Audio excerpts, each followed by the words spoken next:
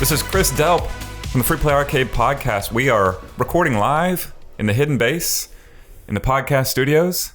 We're going to talk shirts in a little while on another podcast, but today we're going to talk Twin Galaxies. I need some introductions first.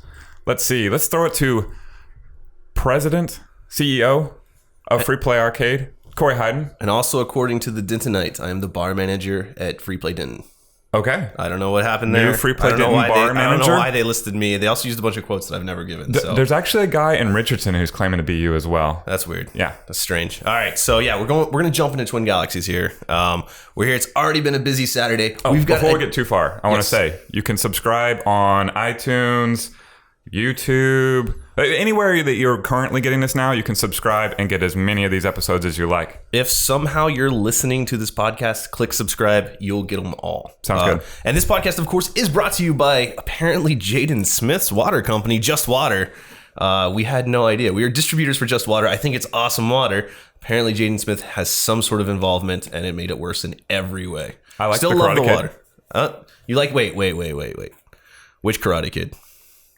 As I'm drinking Jaden Smith's water, I feel like I don't want to say, but I do work at an 80s arcade. Do you like the Jackie Chan, Jaden Smith? I do work in an 80s Kid?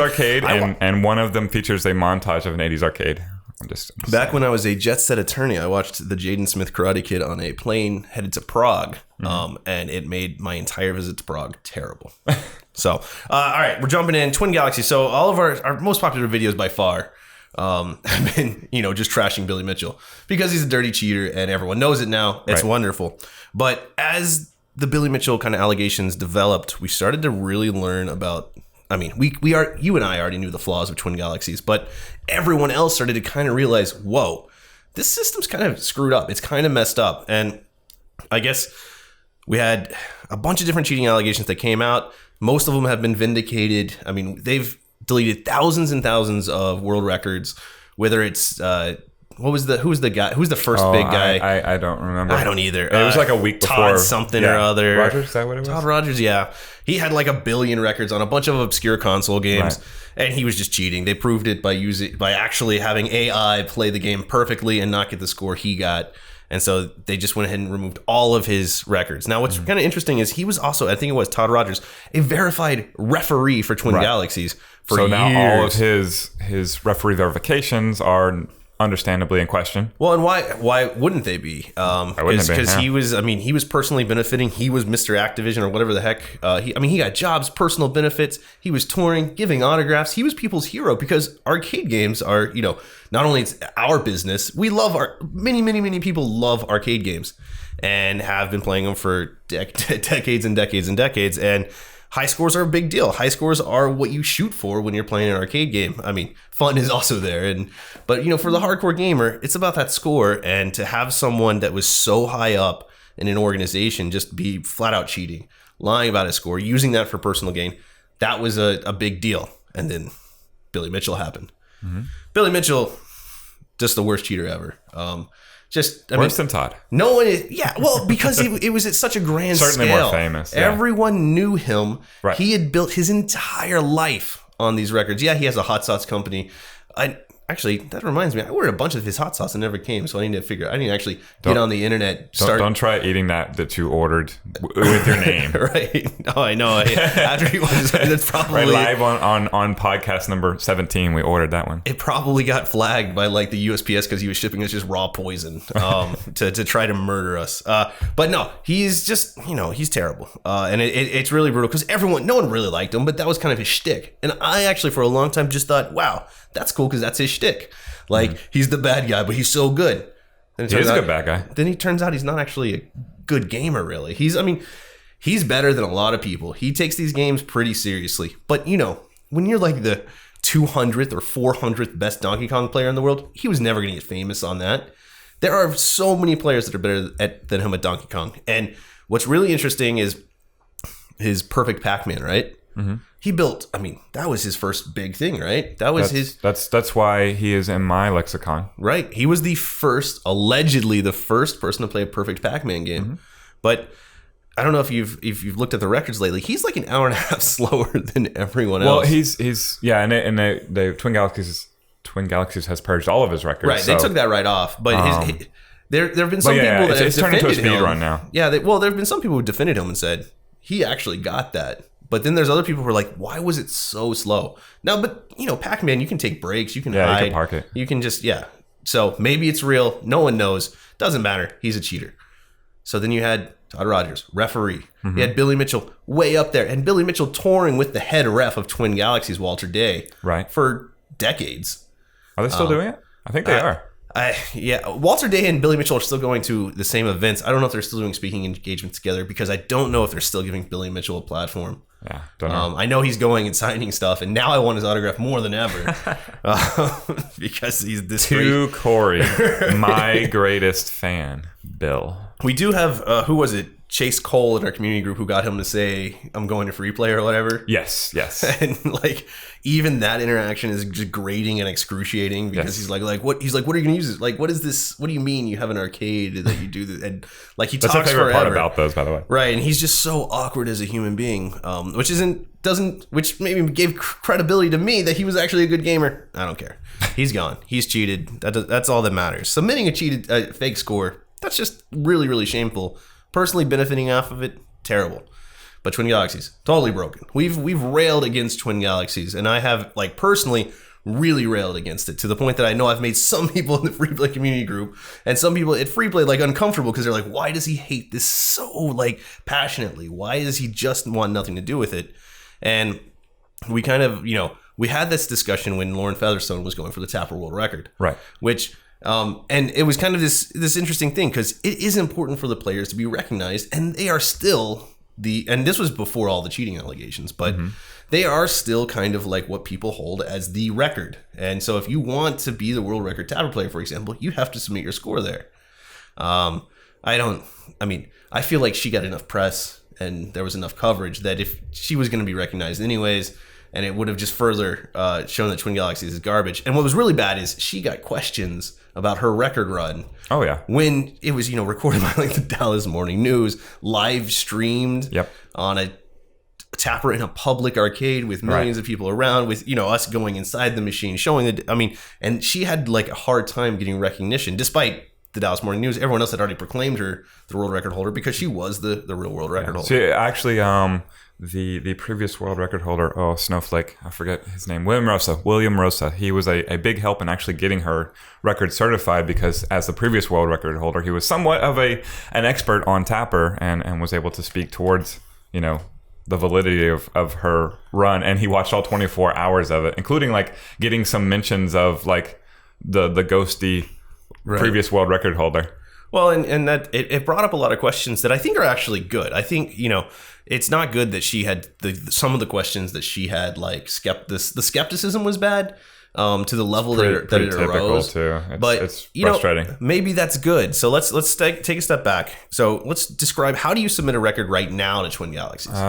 You have to log in, register an account. You get something they call, I believe, submission points, and you have to use 3 submission points to submit a record, which then the crowd votes on. And then the way you gain submission points is voting on other people's records.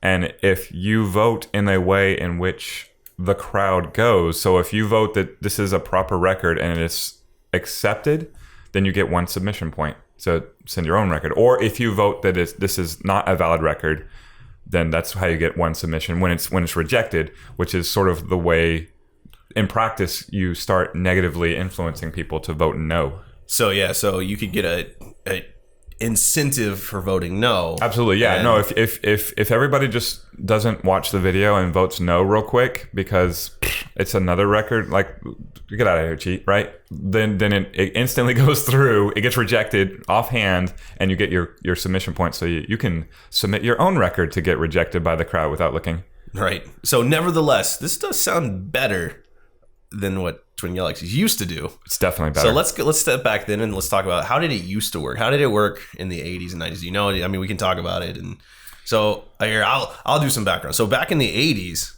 The original stuff was Walter Day sitting in his back room in Ottumwa, Iowa. Yeah, correct? and his arcade is little. I mean, and if you ever see, it's much smaller. Like in my head when I was reading his book, and when I used to, I would meet him at different gaming events, and I would compete and different stuff. I would like imagine his glorious arcade, and then it turns out it was a relatively small little downtown, one room, with a small divider with probably 25, 30 games.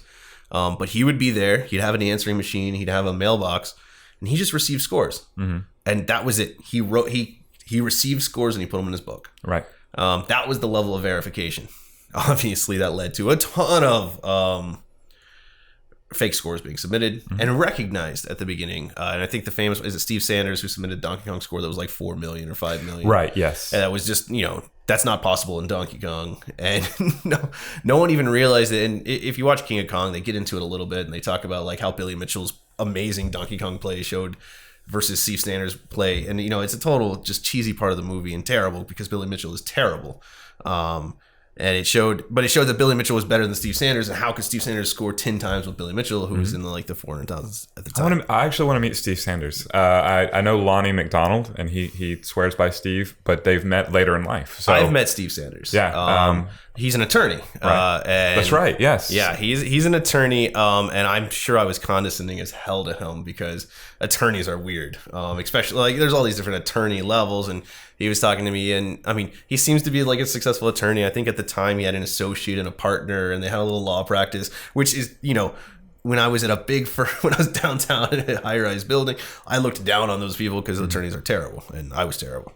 But no, he has a successful practice. He seems like a good, upstanding guy. I'm sure he's a fine litigator. I don't know. I've never seen him in the courtroom, but it seems like he's taken, because he did famously get busted for cheating on Donkey Kong. Seems like he's taken the opposite tact. Like he's just gone back, and now he's performing live, and he's doing his best, and whether that's the best in the world or not, it is what it is. As a complete side note, I just realized, so when you're applying as an attorney, they have this big section of your bar, including the big test and everything, but they have what's called character and fitness. Is there a did you cheat on classic arcade game section of the bar? There is there was a question on the Texas bar character and fitness form where you actually have to disclose if you've been caught doing anything that would be considered like a lie or a cheat. And so I wonder, I don't know if it existed at the time, but I think that's really funny.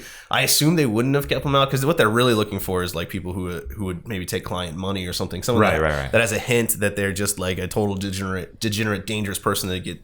Yeah, and I think Steve was like 16 or something at the time. Right, of this it's true. But that's the kind of stuff that law students are terrified about. You'll get a parking ticket in law school, and you're like, "Oh my God, will I ever be able to be an attorney because of character and fitness?" And character and fitness will catch all sorts of weird stuff, which is really funny because right now character and fitness is struggling with all these social media. Well, no, law students having $1 billion of debt. And the law students being like, my expected income is $60,000 a year. My current debt load is $400,000, and the bar's like, oh, you're gonna steal. Like, right? Yeah. How are you ever gonna pay that off? It's not gonna work. And but then again, the students are like, no, I have to be able to practice, or else I can't pay anything off. Otherwise, I can't get $60,000 a year. So yeah, so it's a weird situation. I mean, the lawyer market's stronger. Steve Sanders seems like a good guy. But yeah, he famously cheated, but his score had been accepted, a score that was completely impossible. Yeah, probably via the telephone.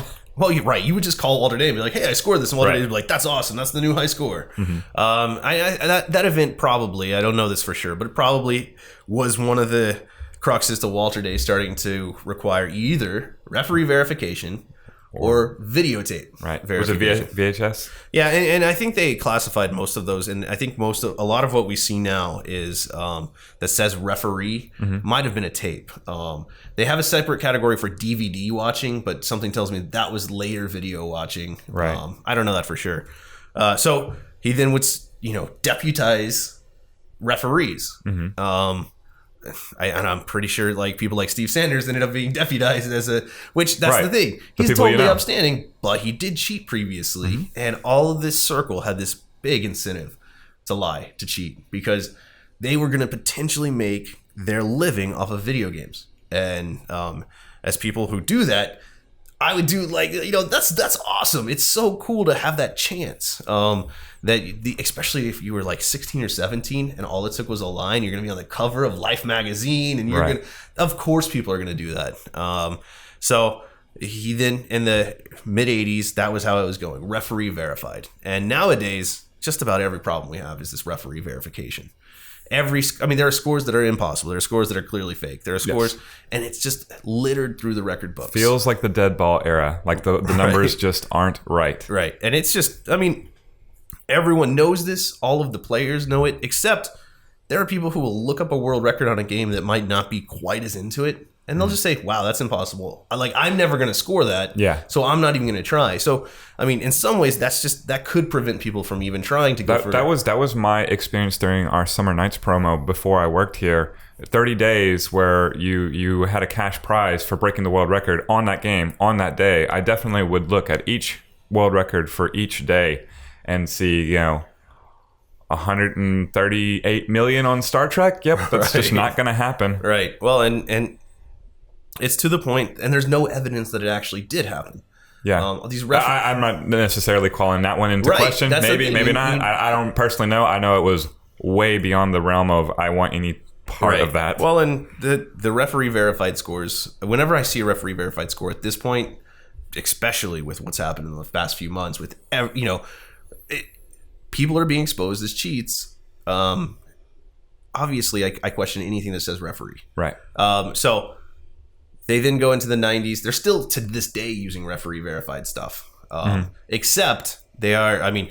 Because of GoPros becoming so easy and practical, and because of just phones, cameras you are having more and more evidence. So some of the scores submitted now do have backup, even if they're referee scored. They have some backup normally.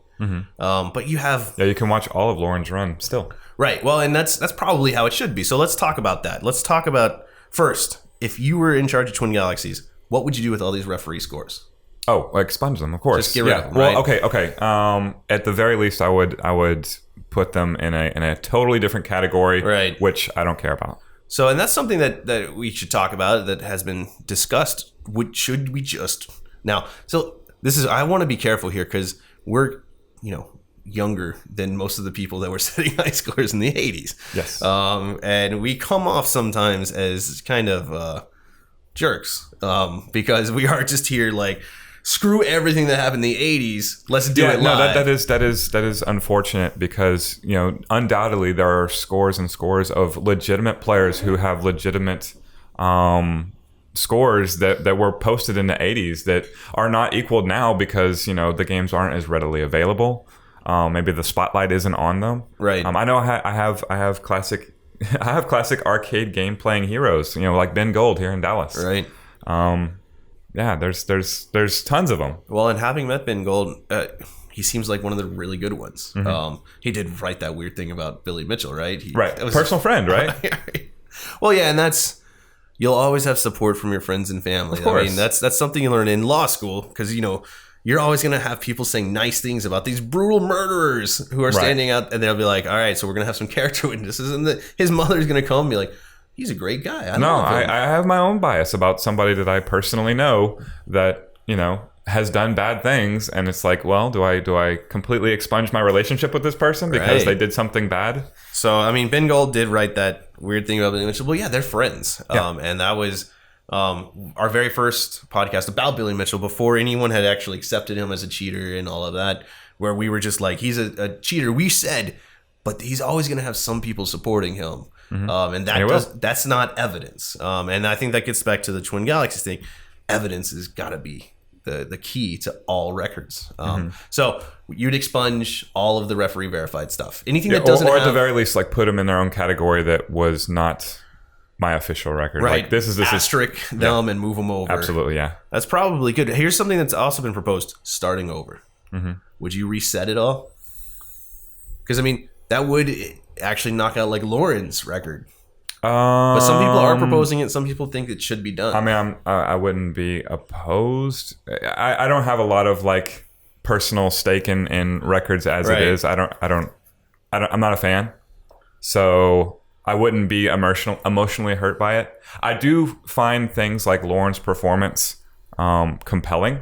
Right. Watching Lonnie, like sitting next to him and having a conversation with Lonnie McDonald as he plays Joust for 5 hours on 1 credit. Right. You know, well, and he has it figured out to the point that it's kind of like, none of it really matters. He's going to get his score. That's exactly right. And he's so just that is an impressive like feat. Right. In and of itself. Is it a world record? No. Do I care? No. It's still an impressive feat. Right. And that's the value that I put in it. Whereas, hey, I hold a world record, that actually doesn't hold much value to me because, as you said, there are a lot of these records that can just go. Like, they're not that good at all. Well, and of course, way back then, whatever that was, 6 months ago or whatever, when we did that first podcast, we mentioned Lonnie and we were like, but he does it. He comes and he proves it. And that's kind of, I mean, we're still there. That's still, to me, the highest form of record gaming, of scoring, of high score gaming, is going to a place and doing. And that was, again, famously in King of Kong, you had Weeby going and performing, and Billy Mitchell mailing in his MAME tapes. And I wonder if the producers of that movie were so happy when this all happened.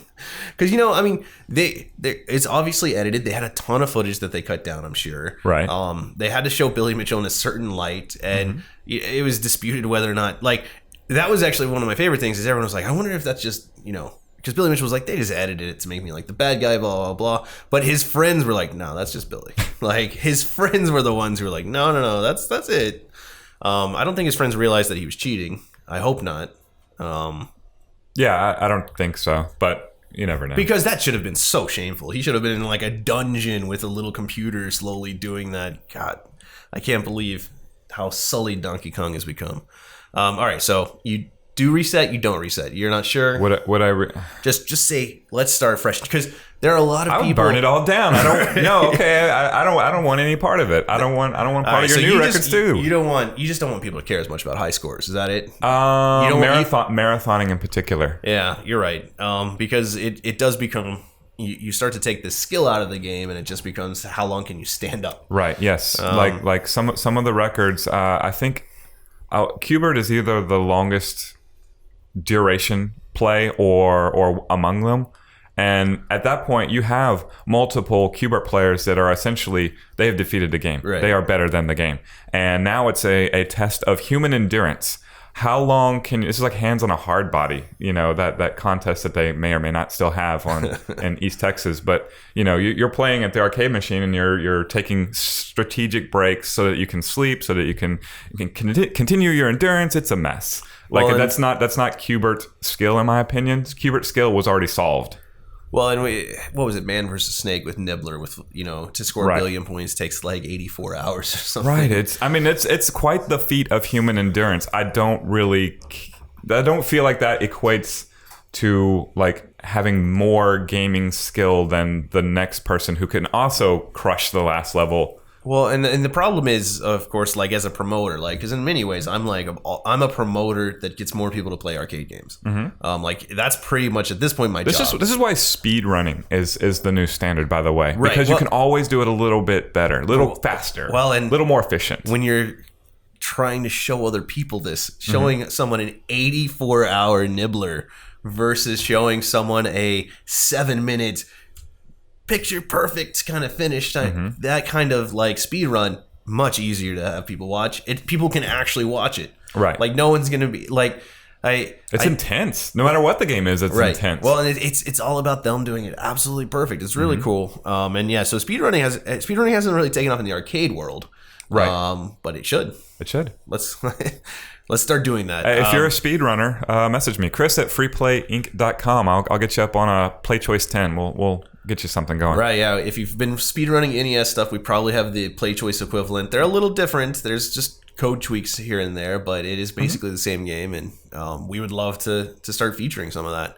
And yeah, it's kind of interesting to talk about, because you want people just to be bettering themselves, I think, is kind of what I've picked up on your kind of philosophy towards high scores. Is they've got whatever their personal best, every game they should just be trying to improve that. Yeah, I think it matters most what your personal best is and what your associates. Like, I don't care what somebody in Iowa thinks about my high score. I do care what I think about it, and I also care what you think about it. because I know you. And it's kind of cool too. I think maybe in like the tournament setting, especially that's another one. Yeah, that's kind of fun. But yeah, just where someone can just grind for. And this is actually my biggest problem with pinball high scores in general, especially at free play where you can just keep hitting start. Anyone can have a really good pinball game. Yeah. But the pinball tournaments kind of start to exemplify like as the steady play, the skill. The cream starts to rise to the top. Feels good, yeah. There's a million different variances in pinball generally. Correct. So tournament to tournament, but it's kind of cool. It's kind of interesting, and that's kind of you're talking about live match play, right? And it's to me that's kind of solved pinball a little bit for me because I just couldn't. I love pinball, but I can't like.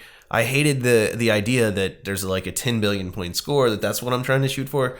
I like now being able to go up, making sure I have my consistent good game. And then if I play in a tournament, that's kind of what's rewarded is being able to under pressure play. Yeah. That's beautiful. I find it a lot of fun. Very compelling. So, all right. So you'd burn it down. I wouldn't reset it. I think what I'd actually do if I was Twin Galaxies, and I don't know if any record organization would ever have the money to do this, I would hand review every single record. Whew.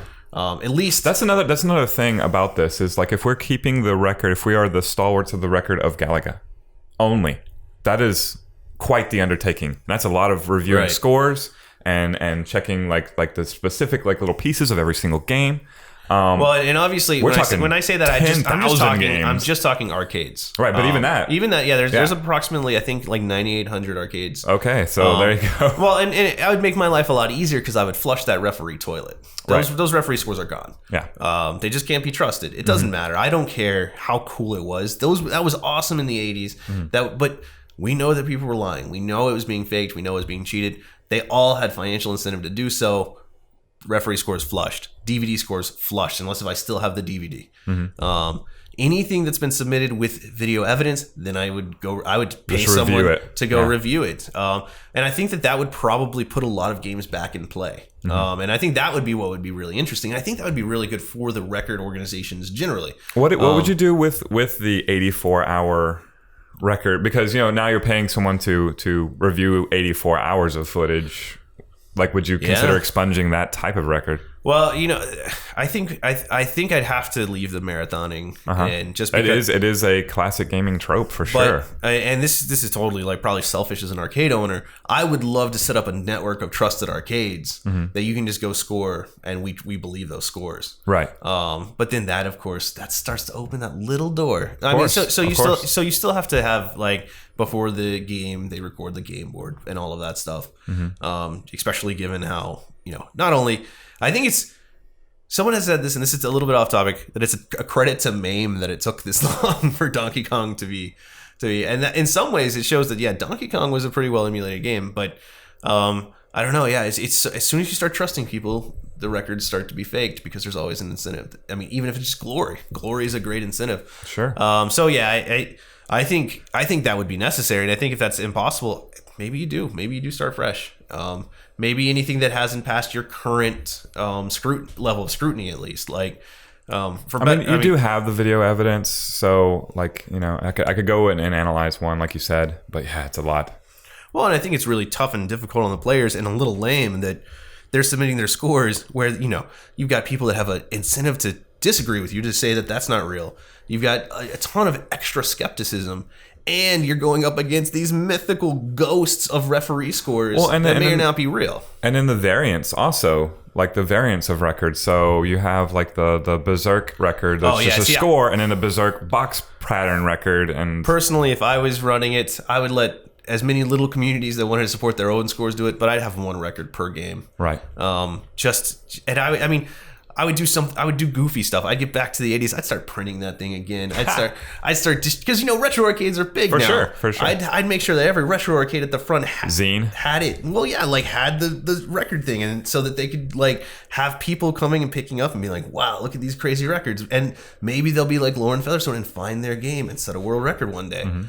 Because that's what Lauren Featherstone did. I like the leagues of having like the free play arcade record as opposed to the world record, as opposed to your friends. Well, and the other thing daily for that matter, that's kind of interesting, and some people have talked about this, is seasons.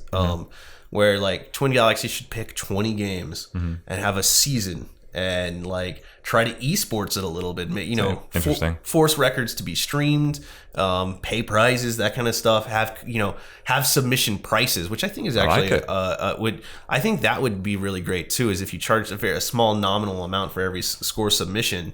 I think that would also weed out some of the stuff, and because I don't think anyone's that's really submitting a world record, even if it was $1, is going to say no. But I think it would, it would definitely prevent a lot of, or $5, it would prevent a lot of those sub-score submissions, which I think is an ongoing problem with Twin Galaxies. They're getting bogged down by people submitting non-world record scores. Right. And, the players are like, yeah, that's great, but of course that score's been scored a million times. Everyone's shooting for that top score. Right. And you're not going to, most people aren't going to go 85%. Well, and I think... And the other thing is you might be chasing a ghost score too. Right. So now we've got the real world record is just not even displayed out there somewhere. So I mean, I do think seasons would be good.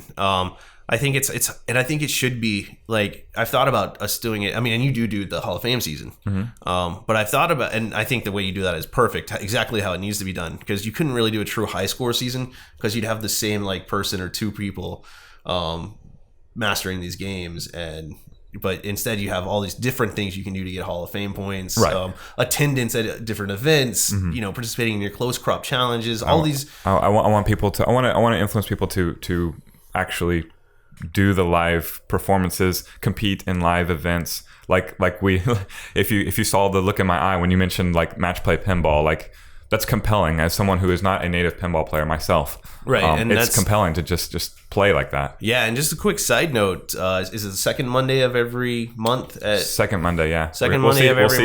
We'll see how October affects me as I'm possibly out cruising, but yeah, every second Monday of every month at Free Play Arlington right now, you have a pinball tournament. We just did our 4th, so we're going to do. And it's September's already in there. I mean, it's now that people know what's happening, people are really building their schedules around it, and so you're having some top players start to show up. We had about 30 show up last time.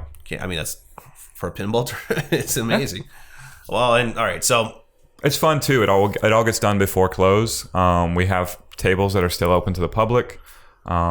Right, it's inclusive, but also still intense and awesome. Yeah. All right, so Twin Galaxies seasons, nationwide seasons. Are you in? You out? You kind of sound like you were kind of in. I think there's some merit to that idea. Well, you know what? It would be a compelling reason to stream classic arcade games. Right. I would want to find a way to prevent a 17-hour stream of the same thing on repeat. Right. Maybe it's have Lauren dance during that entire 24-hour period, which she did. Well, she was having fun. We had 10 friends there, and we basically turned it into a community meetup. Well, yeah, at the same time that she's breaking the world record. I think getting employee coverage. I think I was there till 4 a.m. because we were worried the whole time that the game was going to like explode. Right. Yeah. So yeah, I mean. That would be good. It would be really nice if Twin Galaxies could somehow make that cross into the modern esport era, or whoever the record keeping agency. And for those of you thinking, is Free Play going to try to do this? We've thought about it. Absolutely not. I've begged the answer to be no. I don't want any part of it. And I can't remember who it was. Some guy a couple years ago who got into arcades. I don't know if he's still in arcades as much. Who worked? He was like an IT guy who did, I think, mostly telecom work. He programmed a quick, simple website that was every high score that you submit has to be attached to a YouTube video of your entire run. Right. And he had certain requirements, and I don't know if it ever really got off the ground, but it was interesting to see the build.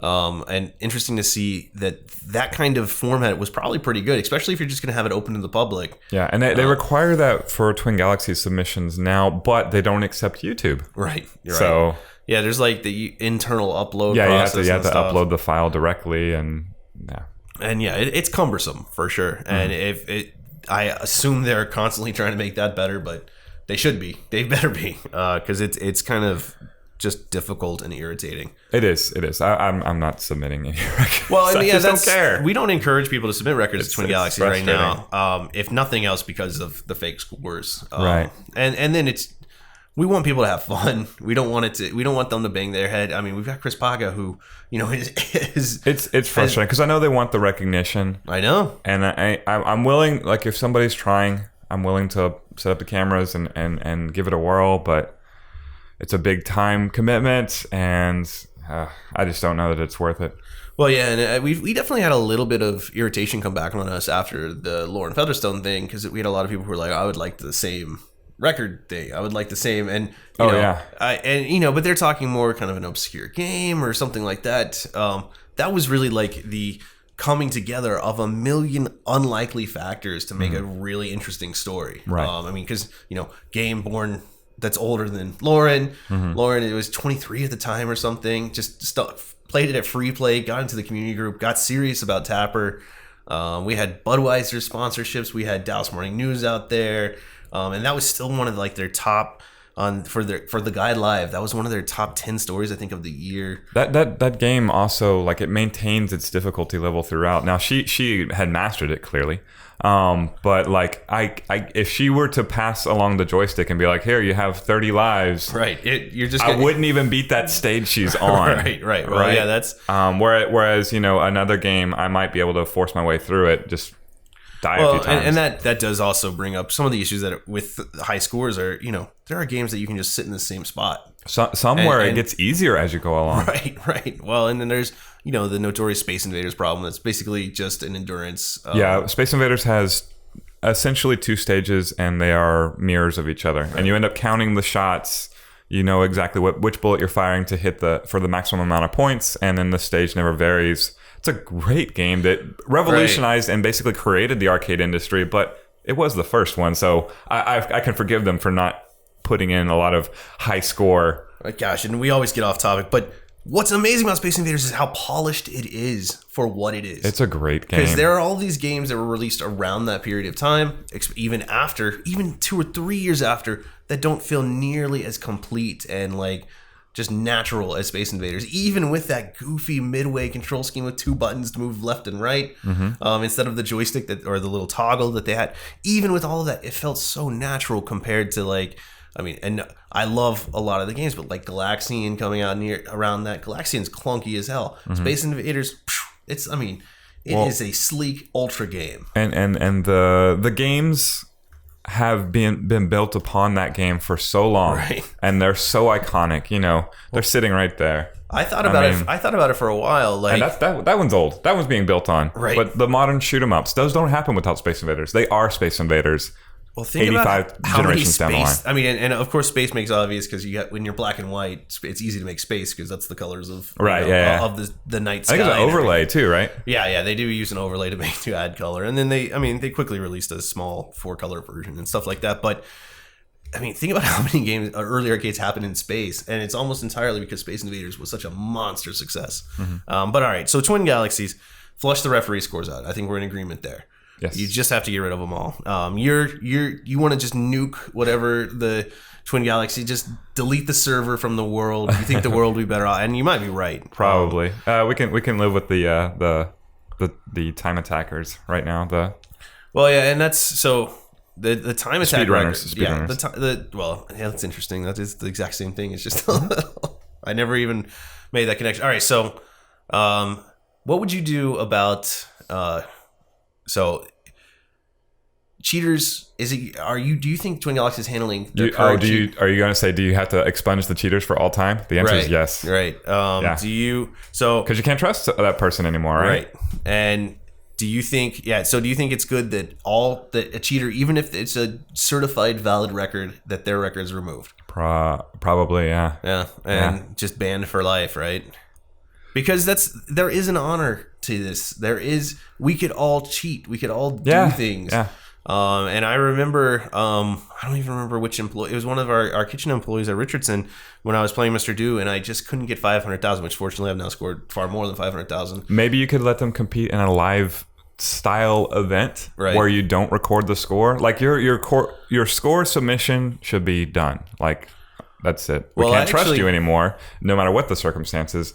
Now, can I line you and me up on this Galaga machine and we see who gets the best score live? You could beat us that, right? That's tournaments are interesting like that, and tournaments can help. I also wonder if Twin Galaxies should be reaching out, and I'm not saying we'd ever go for something like this, but to a retro arcade that has real parts, which I guess that's pretty hard. Right. But a retro arcade not running emulation and does like a week. I think it'd be really interesting to see like a week of trying to break high scores. Like do a little convention, have it mainly be Friday, Saturday, Sunday, but like for the longer ones, have it start before, do something like that. I feel like that there's a market out there for that. I don't know. What do you think? I mean, to be clear, high score running is pretty boring. Right, and it takes a long time. And the other thing is, if you have 3 people who could both chase like the burger time record, for example, you have 1 machine, or maybe you get 3 machines. But like, how many actual stations would you have, and how do you decide who gets to make the run?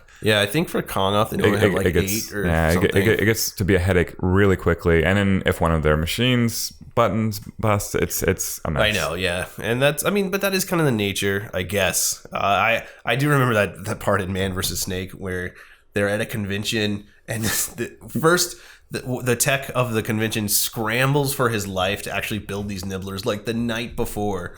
2 cabinets that can play nibbler, and gets nibbler up running on 2 different machines. And I just thought about how boring it must have been for the convention goers, because like 24 hours in, they're still at the beginning of their game, and they're just doing the same thing over and over and over. And then of course they both quit. They're both just like, this sucks, I'm leaving. Right. And I was just like, like that sounds like something that could happen. It just, even me, like, promote the heck out of something and then it just doesn't happen. And I got an aside for you about quitting. What's that? I was in a tournament where I was not the TO at QuakeCon this last weekend. It tells you when we were recording this. But we're doing a Super Turbo tournament in the BYOC area. The tournament organizer left. Yeah. He straight bounced. I have never seen that before in my life. I've seen players bounce before.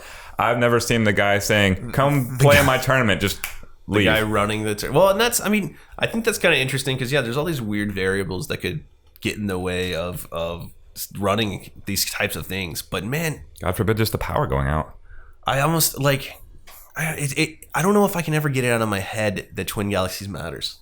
Like, and that's like, I know they shouldn't. But their like, name is I honestly, like, I don't know if I was trying to break a world record, for example, like, I can do Crystal Castles pretty well. I can get make a really compelling documentary about classic arcade games, and then you can start to replace the name Twin Galaxies. That's probably it. I mean, Twin Galaxies definitely got into the much larger reach. But that's weird though. As a Counter-Strike player in the late 90s, I knew about Twin Galaxies. Mm-hmm.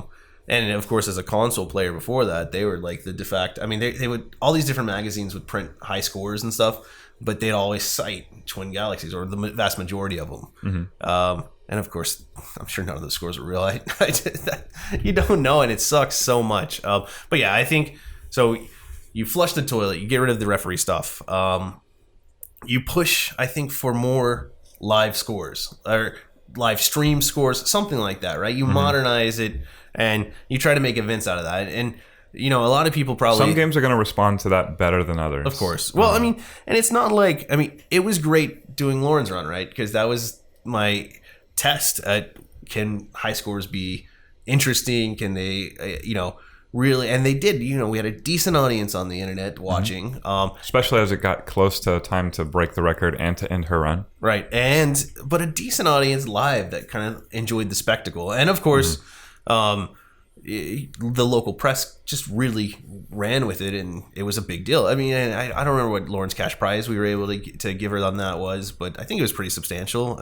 Some thousands of dollars, like $2,000, $3,000. It was like $2,700 or something. Yeah, like that. I can't remember. Yeah, we built something in like 100 per million, right? Because I was terrified of her doing like 15 hours or 16 hours, and failing out, and then getting nothing for all the hard work, and right. So we built like a bonus for breaking the world record. And then she picked up, so we calculated it out to her pace as to what the world record pace was, what her practice pace was, and she changed her strategy on the fly and started picking up points faster, which meant she scored extra points. She had 14 million by the time it was all done. When we were projecting at that time, she would have like maybe 12. Right. Well, and everyone came out of the woodwork saying that they were going to break her world record. We have not actually, and we had all these people contact us to. It's hard. Say that they were going to do it. No one has actually followed through. But I think it's sad that there's not more, big publicized record breaking, big publicized game playing, retro game playing. because there are speed runs right now, and the speed runs I think they're pretty generally dominant in like those console. 90s games, right? Yeah. Because all I know because I've watched a lot of like Mario 64 speed runs, and I know that's a pretty big one, and people beating levels you never thought were possible. It's really interesting. Making their own levels, beating them. So, all right, so we get rid of all the referee scores. Get rid of, I don't see how you can keep those with any legitimacy. They're not legit. So. And maybe there is something to kind of what you're saying, like putting all the old records in a different category. Maybe they should say these were the records at the time and hit the reset button.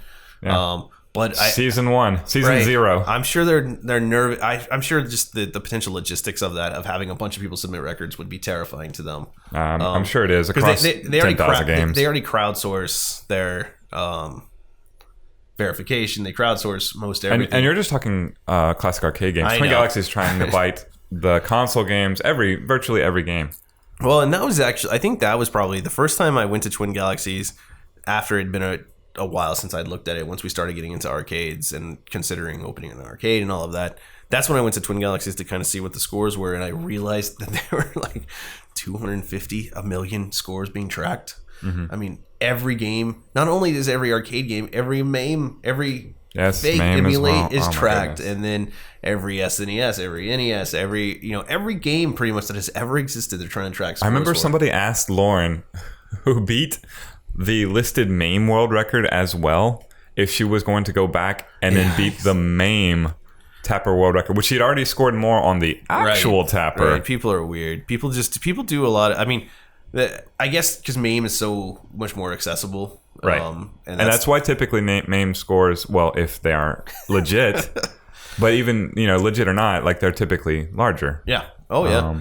Well, and if you think about that, you can eliminate all of the variables in MAME. You can be in your house. You could add your own like custom components to make it easier. Right. Anything. You could, you can have the air conditioner blowing right on. You can be laying in bed playing the game. It doesn't matter.